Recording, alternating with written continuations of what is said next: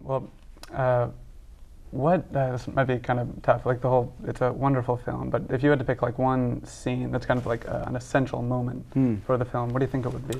Well, one of my favorite scenes is a scene in which Jeff Bridges has just gotten to yet another seedy motel in Santa Fe, and we find him polishing his guitar.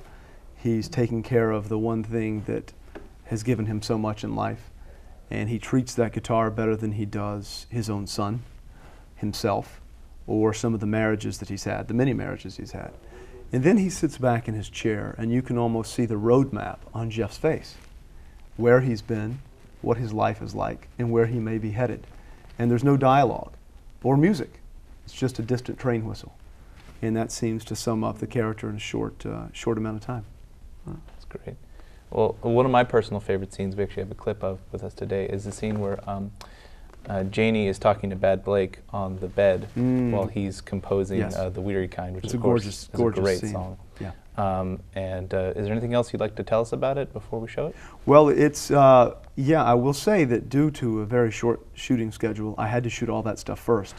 So this just shows you how extraordinary these two actors are to be able to play a scene like this in the beginning of shooting. Wow. And the rest hopefully will speak for itself, and it's nuanced and subtle and very honest. All right, well, we'll watch that clip right now. Let's see it. Ain't no place for the weary kind. This is so unfair. What? Some people give 10 years of their life to be able to do something like that, and it just pours out of you. You mad at me? Well, you're writing a song on my bed. So? So, every time I lie down and hear that beautiful song, and you're gonna be out there running around, not even remembering this day. I can't even forget. This is just kind of a question, like maybe not even as a director, just as a fan of movies. If you could pick 5 or maybe 3, if it's easier, 3 favorite films. Oh, I'd have to start, of course, with Coppola's, and I really call it one, Godfather and Godfather 2 is something that I watch. Anytime it's on television, I watch it as much as I can. It's just a gorgeously realized film. I would say that. I would say Terrence Malick's Days of Heaven, if you know that film. And a more recent film in 2001 by the French director Laurent Quentet, a movie called Time Out, or as the French would say, L'Emploi du Temps.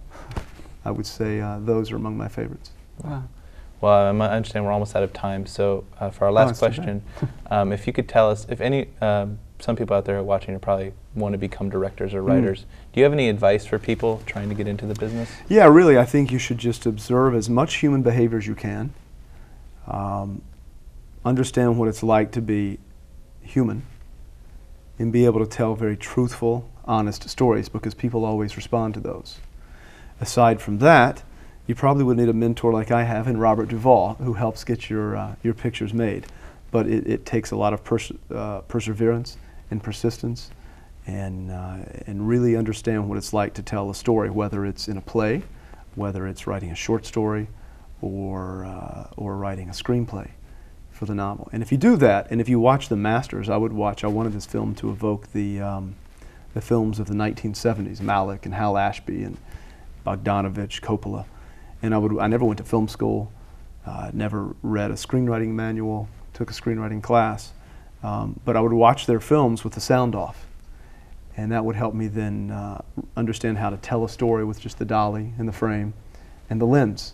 So if you can do that and really understand and learn from the masters and steal from the masters, like I did, because they surely stole from people that preceded them, then I think you're well on your way. All right. Well, thank you very much. Yeah, thank you guys. I really appreciate it. It's great to be here. Appreciate it. And what's the word on a sequel? Oh yeah, I don't know if there'll be a sequel, but hopefully Bad Blake is still out seeking redemption. All right. Well, thank you very much. Yeah, thank you guys. All right. The film Crazy Heart is in limited release right now, so please go check it out. And thank you again, Scott, for being with us today. Thank you. Have a great day.